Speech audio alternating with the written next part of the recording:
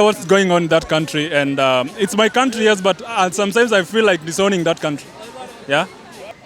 President Ruto is sending me to this country to work in a system where things are working so that I can pay taxes for them not to work. You see? That's really what's angering me, and that's why I've come for my voice to be heard in this. Yeah. We stand in solidarity with those back home. We're fighting for you.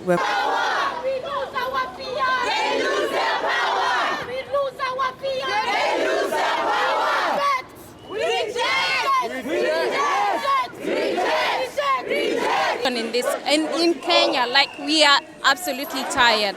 There's no way the government can be living on all the time borrowing, where we have a lot of money but it's being squandered by the parliamentarian and people who are in the government. So we are tired of relying on aid from Western countries. We are really tired and we want change.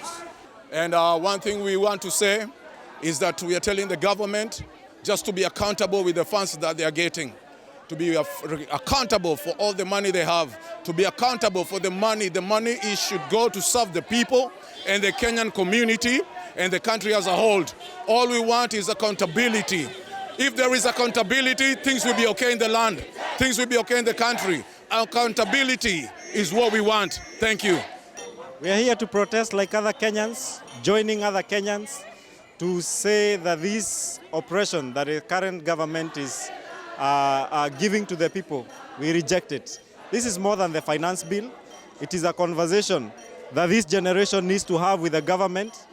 The parents have been oppressed for a long time with the same narrative. The right of Kenyans must be adhered to, and the government, whatever they do, building roads, constructing hospitals, that's not a privilege to Kenyans. That's a right, and they should give Kenyans their right. We are here to say, to unite with other Kenyans, to agree that this government, they must come down. They must listen to the pleas of the people. This represents the vote of the people that put them in there. Most of these people, they are some of the people that voted this government in, and they are unhappy with what the government is doing. So it's a high time they come off the high horse and listen to the voice of the Kenyans. The diaspora contributes about 4% of the GDP.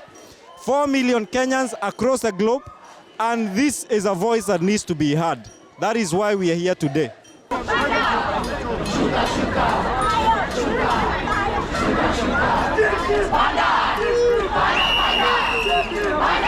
I'm not one who normally attends protests or demonstrations or any form of riots. Clearly this is very peaceful, which is why I thought it'd be, apropos and, suitable to come and, lend my voice, or at least my presence, in a minimal way. So that's the reason why I came. Well, I believe the bill has only simply been a catalyst. There have been many things in the background which Kenyans have disapproved of.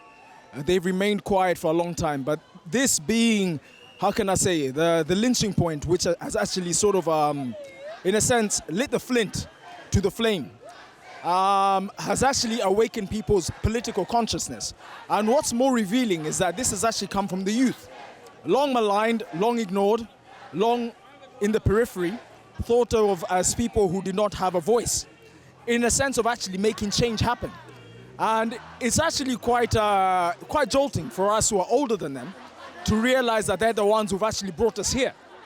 That shows that this movement is a real, true movement. It's not something which has come out of a reactionary mandamano. And my only call for Kenyans is to remain peaceful. Do not be provoked into actually undermining the movement by increasing the stakes to more violence. But do not relent on the pressure. This, as of now, has metamorphosed in becoming a true revolution. And as revolutionaries, we only have one opportunity in a generation to make a change. And this change is now.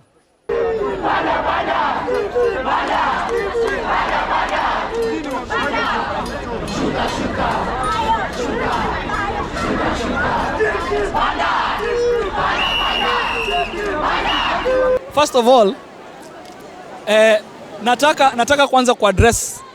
I think I speak for every young person nikisema hatuna issue na revenue collection. Hatuna issue na revenue collection. Issue ni venye inatumika. Abu tuanze na The first kitu ya kwanza ni in 2023 capitation za shule venye zilikuwa disbursed ya that term haikupeanwa yote. Started in 2024 first term, no one asked for the balance that was remaining for the previous year. We started another year, no one asked any questions. That's a question that I'm asking. What happened to the capitation there?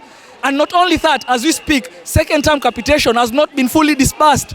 We are almost towards the end of the second term. So what are we doing with this government? Second thing, when this government was coming in power, the president himself and the deputy president himself, they themselves promised us that they will stop this extrajudicial abduction of people, extrajudicial killing of people. But as we speak currently, over 8 people have been kidnapped because of this ongoing protest. No one is funding the protest. We as the people are taking back our power. Because as Article 1 say, we the people of Kenya have the power, you know, and we are exercising our democratic right to do that. The third thing I want to address is why all these nonsensical things that are being put on the budget. The appropriation bill in itself has allocated over 1 point something billion for the spouse of the president, the first lady that is, the spouse of the deputy president, the spouse of the first of the prime cabinet secretary, over 1.3 billion allocated to them. 1.3 billion, couldn't it be channeled to other constructible things to do? Like, this thing angers me as a Kenyan, and I feel it's my patriotic right to come out here, demonstrate and tell the government, you have to stop. Get off your high horses. It's the high time you listen to us. We the people are speaking.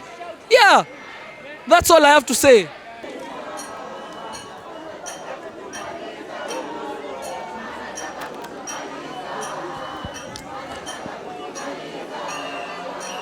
There's no problem with taxes. There's no problem with taxes, but we want to see where the taxes are going. We want to see developing the country. There's no way we can be paying taxes for it to go and develop someone's office. It could build hospitals, it could build schools. So many things could be done. We just need to improve on that. We need to allow the people who want to protest peacefully, but more important is a listening government. If you have a listening government, people will really protest. Because at this instance, the president could easily have said, let me call a youth league. Let's suspend this. Can we meet probably in a hall somewhere? Can you share with me? That's how you cool down your temperatures. Rather than saying, mpende muspende itapita. And you know, the people you are telling are the people who are supposed to pay the taxes. So it becomes very difficult for the population. They have now to look for alternatives. Then the other thing is, when the protests start peacefully, and then you interrupt, the goons now also take advantage. Yeah, because the people, naturally, they survive on goonship.